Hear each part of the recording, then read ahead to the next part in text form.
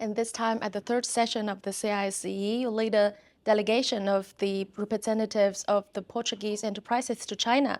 What are the highlights during the event? Is my first time in a China International Supply Chain exhibition.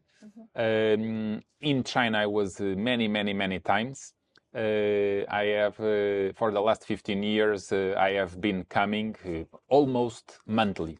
We came from Lisbon with a delegation of 6 companies. The companies, what they are doing in China, and the main reason why they come is because they want to have better connection.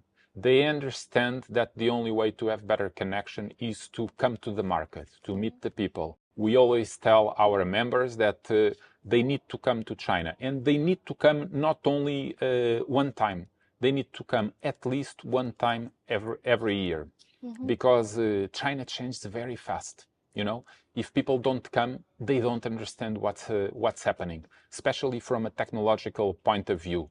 And how do you evaluate the significance of the CISCE, the first global supply chain themed expo to help the China-Portugal economic cooperation? So supply chain is very important. From the domestic point of view, you have already developed through clusters very well the supply chain. Now you're modernizing. You've been modernizing for the last 5 years. It's really impressive. It's what I was saying about the need to visit, to understand what's happening. Now you're also connected your industries with the ports, and the ports with the ports overseas. This is where Portugal enters. And from your perspectives, how could the advancements of China's supply chains to help the international engagement for the Portuguese enterprises? If there was a standard for the supply chain, I would say China is number one. Because supply chain is what connects, we can see it like this, what connects the businesses where things are produced, and China is the factory of the world, with the consumer where things are consumed. So I would say, if you look at that China is number one in supply chain.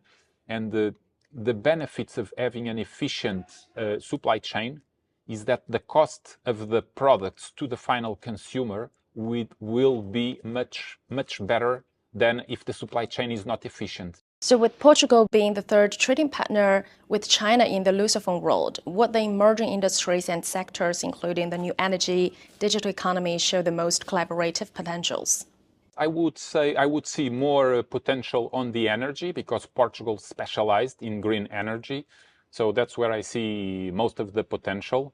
Our economies, in terms of the green economy, in terms of the green development, they're very interconnected already.